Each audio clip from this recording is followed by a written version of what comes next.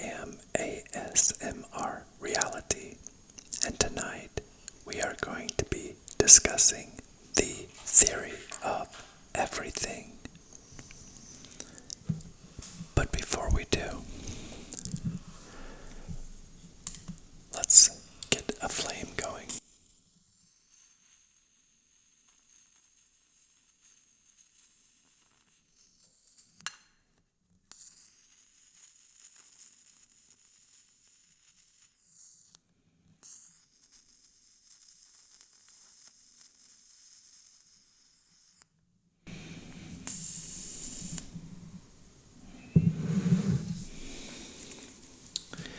Okay.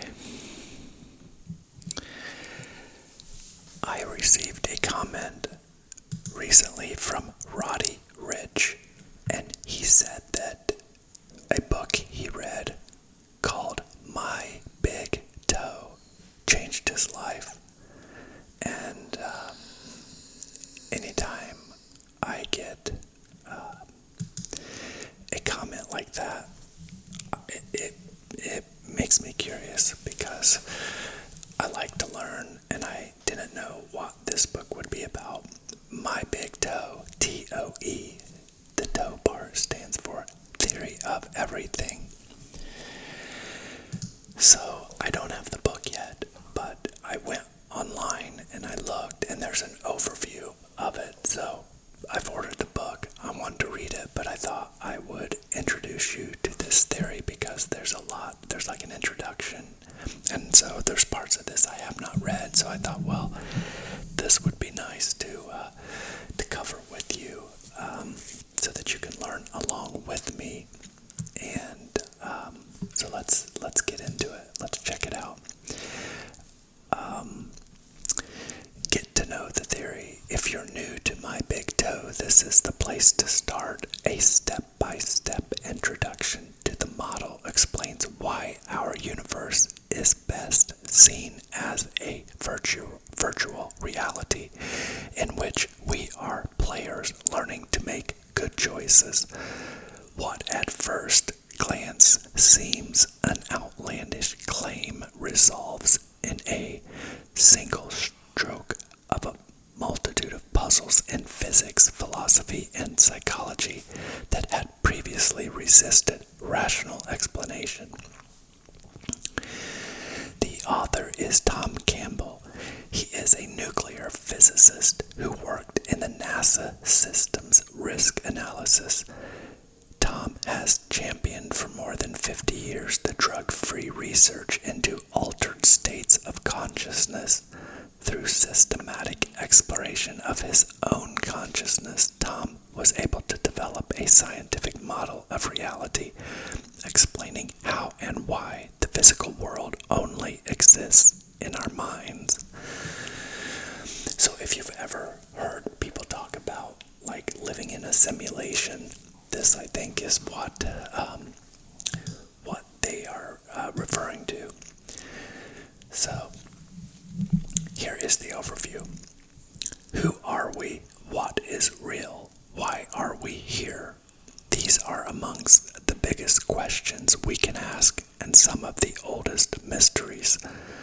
Tom Campbell's My Big Toe offers a radically new way of answering them, combining the findings of objective modern science and subjective consciousness exploration with concepts only known since the advent of virtual reality and multiplayer online games. Below you will find an in-depth yet sufficiently concise general introduction to the entire My Big Toe model, written for the broadest possible audience. The text requires only a minimum of scientific and philosophical background. The first 3 parts have already been completed and will provide a sufficient basis for all further exploration of the material available from this website. Part 1, Philosophical Foundations. Who are we? The first part tackles the nature of human existence and our relation to the physical world. It it explains why the virtual reality metaphor is not just the latest fad, but a powerful way to model how reality works. More specifically, it addresses the following questions. Number 1, are we fundamentally bodies or minds? Number 2, what are the problems with believing everything is made of matter? Number 3, how does virtual reality explain the physical world? Number 4, does our consciousness survive bodily death? So we're going to read part 1. Are we bodies? Are we minds? Are we both? Part 1 of this introduction explains why the most rational assumption is that consciousness, not matter, is the only thing that fundamentally exists. My Big Toe conceives of the universe as a virtual reality, and we will see how this solves the problem of mind-body interaction and accounts for the fact that we experience a common, seemingly physical reality governed by mathematical laws of nature. As we set out to probe the fabric of reality, it seems useful to begin with ourselves. This will help us lay the philosophical foundations required for a big theory of everything. Who and what really are we? Giving a coherent answer to this metaphysical question is not straightforward. On the one hand, we tend to identify almost completely with our bodies, our physical appearance, abilities, skills, and limitations. Our bodies are as unique as our personalities. It is also our bodies by which others recognize us and relate to us. At the same time, we feel that there's more to us, that there's an immaterial I, which is the owner of our body. Some call it soul or spirit. Others simply call it mind or consciousness. They all refer to something non-physical that is the real us, something that may carry on after our body perishes by entering another realm of existence. For many people, this is largely a hope or belief instilled in them through their religion or culture at large. For others, it's much more than that, a certainty achieved through transformative personal experiences. Yet others remain skeptical. Yes, it might feel as if our consciousness were something distinct from our bodies. But where is the evidence to support such a dualistic view of ourselves? How can we be made of two different types of stuff, and how do they interact with one another? Perhaps the most prominent attempt to solve the puzzle relied on logical reasoning. Dualism. Are mind and matter both fundamental? I think, therefore I am. This statement by René Descartes a 17th century French philosopher, mathematician, and scientist, may be the most quoted in all of philosophy. But what does it mean? On a quest to probe the nature of reality, Descartes skeptically examined which things could be said to exist beyond doubt. At the end of his investigation, he found he could doubt almost anything. It was conceivable that the entire physical world could be a dream or an illusion, or that his senses were being deceived by an evil demon. The one thing he could not doubt, however, was his own thinking mind, because it was his mind which was doing the doubting in the first place. He had thus achieved certainty about consciousness being fundamental to reality, existing independently of his body. We can use the terms mind and consciousness interchangeably for practical purposes. But what about matter? Upon reflection, he concluded that God would not allow him to be deceived about the material world, and so He eventually took the view that both matter and mind do fundamentally exist as two separate yet somehow interacting types of substance. We still speak of Cartesian dualism today. 4 centuries on, what are we to make of such a dualistic view of ourselves? Are we really made of two kinds of stuff? This idea throws up multiple logical conundrums which philosophers group together as the mind-body problem. Objections to dualism. Perhaps the biggest challenge for dualism is the interaction problem. How should mind and matter be able to interact if they are two fundamentally separate kinds of substance? How can mental thoughts and intents create physical and biochemical events in our brain, such as electrical nerve impulses telling our muscles to move? Moreover, the physical world seems casually closed under the current scientific consensus. Every physical event must have a physical cause. This assumed casual completeness leaves neither room nor need for any additional input from consciousness.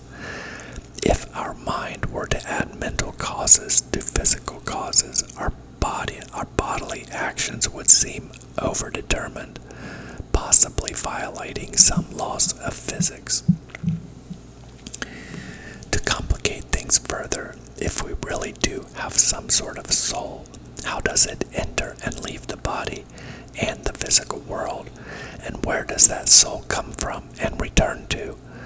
Most religious and spiritual traditions affirm the existence of other realms, whether physical or non-physical, which we access after death of the body, but they cannot say where those worlds are supposed to be located or how exactly one would get there. Thus, if we are to devise a coherent model of all reality, thinking of ourselves as two different kinds of substance, interacting in mysterious ways doesn't seem to get us very far. A good model, moreover, keeps the number of unexplained assumptions to a minimum, rather than assuming that both mind and matter are fundamental. It seems preferable to choose a metaphysics that posits only one fundamental substance from which it derives everything else. Can this be done? Many modern scientists and philosophers think so. Current scientific orthodoxy holds that we are nothing more than our physical bodies.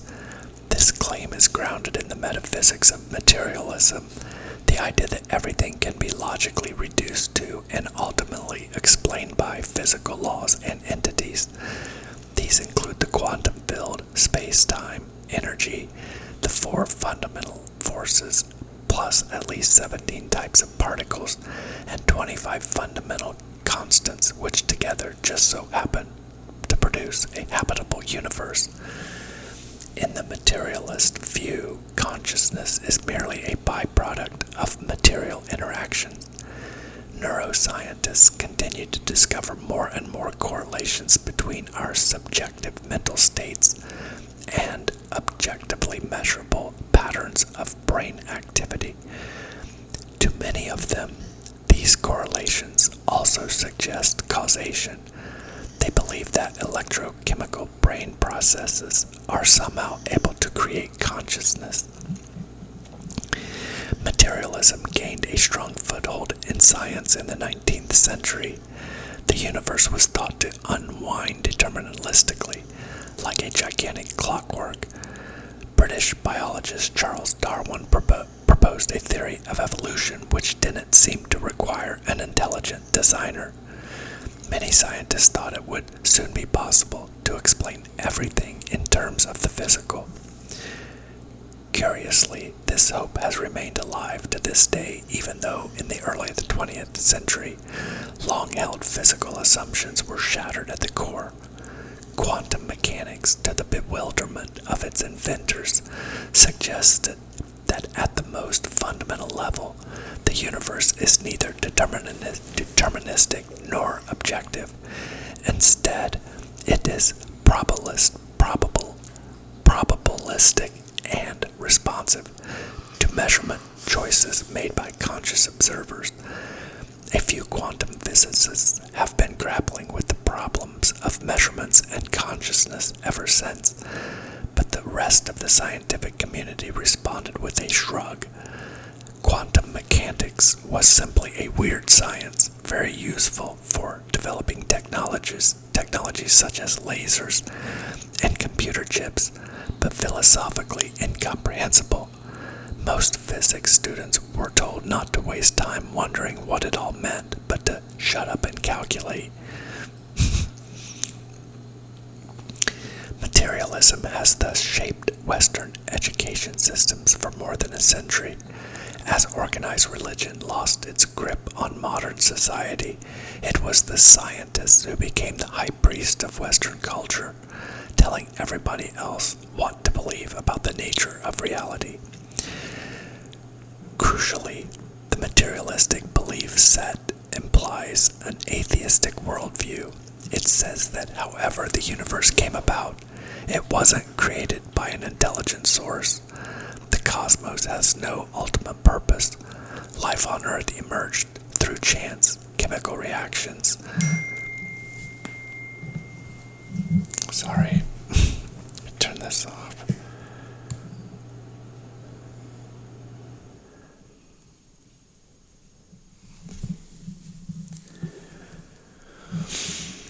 Life on Earth emerged. Oh, there we go.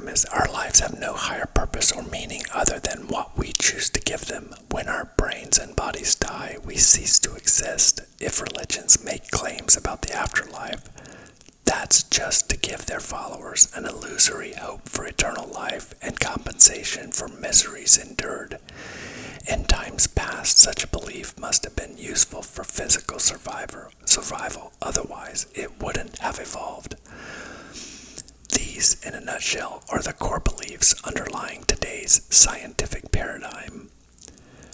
The current set of methods, standards, and assumptions on which scientific research must be based to be legitimate in the eyes of the science community.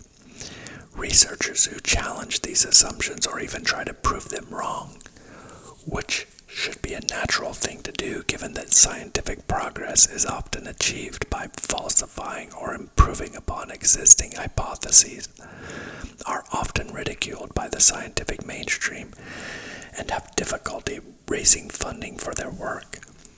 Its proponents regard the materialist paradigm as utterly rational, devoid of all superstition and belief. They also claim that only materialism qualifies as a valid philosophical foundation of science. But is it? Is this really a rational way to view the world, let alone the only one? Does materialism even agree with all scientifically established facts? The shortcomings and problems of the materialist paradigm are too numerous and complex to address here in detail, so we will limit ourselves to looking at 4 key types of issues. First, nobody can explain how the brain, 3 pounds of unconscious matter, should be able to produce consciousness. How could a brain feel anything at all? How could electric impulses flaring up in brain cells create our inner experience of qualia, such as the taste of chocolate, the redness of a rose, or the pain of a toothache? Philosophers call this the hard problem of consciousness. Even after decades of trying, nobody has been able to convincingly suggest how it could be solved, even in principle. Next, the very idea of matter having fundamental existence is being questioned by physics itself. Quantum physics experiments have shown that there is no objective material world out there independent of conscious observers. Subatomic particles, for example, only exist as a probability distribution until we measure their properties. It is only at the moment we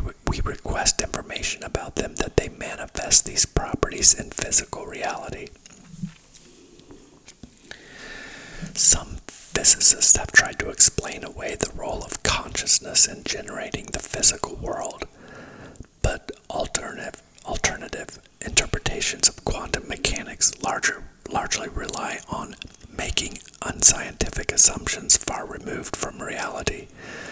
The many worlds interpretation, for example, does away with the uncertainty and probabilities at the quantum level by speculating that anything which could possibly happen actually does happen in an infinitude of parallel universes branching out of ours every fraction of a second. However, there is no empirical evidence to support this claim, nor will there ever be, as it cannot be scientifically tested. The third type of problem concerns our free will. If we are to believe that consciousness is created by the brain, we must also believe that we have no free will. Everything we think, say, or do is fully determined by electrochemical brain processes. Under materialism, we are carbon-based robots acting out our genetic programming by mindlessly responding to environmental stimuli. If this were true, it would follow that we bear no moral responsibility for our actions, which seems a shaky foundation for organizing human societies. Moreover, if our consciousness had no causal power over our bodies, it would be entirely useless. That would beg the question why consciousness should have evolved at all, since it could not possibly represent an evolutionary advantage. If we were unconscious zombies, we would be able to navigate the world just as well. Another problem is the fact that materialism must categorically deny the reality of paranormal phenomena. They are dismissed in Western culture as nonsense because neither mainstream science nor organized religion seem ready to take them seriously, let alone investigate them. And yet, there is by now enough well-documented evidence to show that they are real. Independent and unrelated testimonies about near-death experiences or out-of-body experiences, for instance, are strikingly coherent, containing many similar elements. Those who have been through such events describe them as profoundly meaningful and life-changing. Some have accessed information in the process which they could never have obtained otherwise, and which later turned out to be factually correct. Yet according to materialism, near-death experiences and out-of-body experiences can be nothing but hallucinations caused by misfiring brain cells. The evidence for the paranormal is not limited to personal reports. A growing number of peer-reviewed studies have objectively verified with statistical significance, meeting strict scientific standards, that phenomena such as precognition, telepathy, remote viewing, or distant hearing do occur under certain conditions, even if they function according to different principles than physical processes. Most people are unaware that one can actually learn how to experience some of these phenomena oneself, thus creating undeniable first-hand evidence that they are real. The fact that materialistic science has no idea how paranormal phenomena work does not mean that they should be dismissed as delusions or fictions. What is needed is a scientific paradigm shift which, rather than rejecting all evidence as pseudoscience, enables a rational explanation of the paranormal. Such a paradigm shift is likely to unlock progress on other fronts too. All the problems with materialism we discussed earlier have to do with key facts about consciousness, its existence. The hard problem, role in quantum mechanics, attributes, free will, and functioning, the paranormal. Understanding consciousness, it seems, is the key to understanding reality. Materialists will disagree. An impressive increase in scientific knowledge and technological progress has taken us from the Industrial Revolution to the Information Age. This leads many to believe that given enough time, science will be able to explain absolutely everything, including consciousness so surely it will solve the hard problem of consciousness sooner or later. Asking the entire scientific community to drop this belief seems futile without offering a better alternative.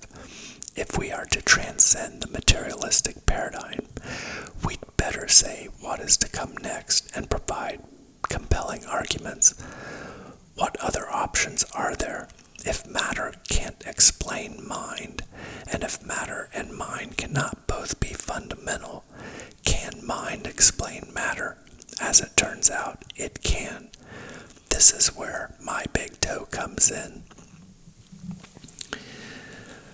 The concept of consciousness being the ground of all existence goes back a long way. In the East, some 2,500 years ago, the Buddha concluded after years of intense meditation that the material world was an illusion, thus confirming from his own experience what Hindu mystics had said before him. In Western philosophy, the view that reality is essentially a mental phenomenon is called idealism. Throughout history, mystics and sages in every corner of the world have said similar things, using metaphors such as, "The world is but a dream." In some cultures, notably those often dismissed as primitive, this intuitively resonated with many people. In other cultures, especially those laden with heavy religious dogma, the insight remained mostly confined to the minds of monastics or individual contemplatives.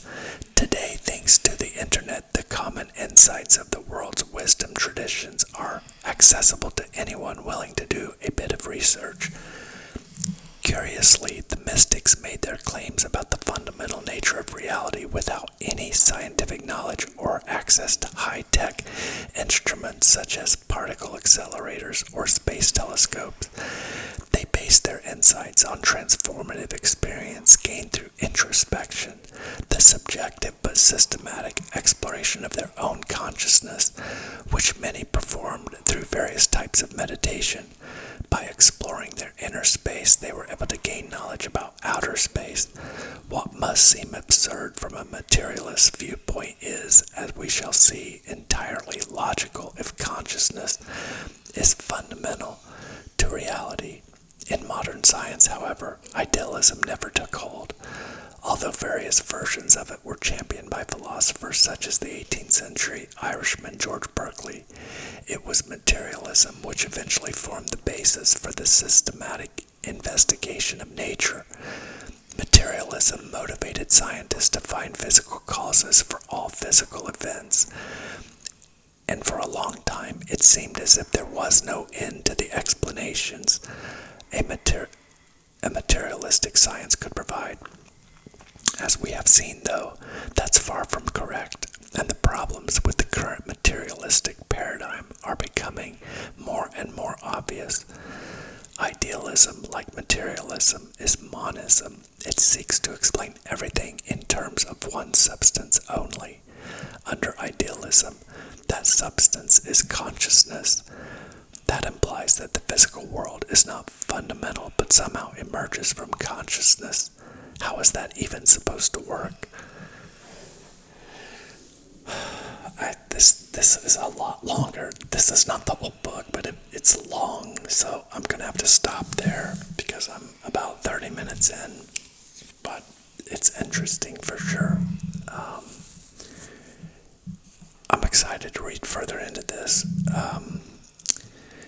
There's a part of me that, I think about kind of my own life and my own journey through being raised in a highly fundamental religious home as a child, to kind of rebelling from that in my early adolescence, to kind of embracing a different philosophy of almost feeling like there is something out there, but not adhering to any of the mainstream religions of the world. So I still feel like I'm on some sort of journey, and I don't know where it will end up, but maybe this will help me get there. But I do think about, like,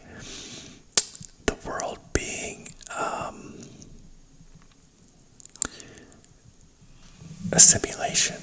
And I think that when I imagine that, like, I think that we can produce our own reality, that whatever reality you want, you can have. Some call it the law of attraction.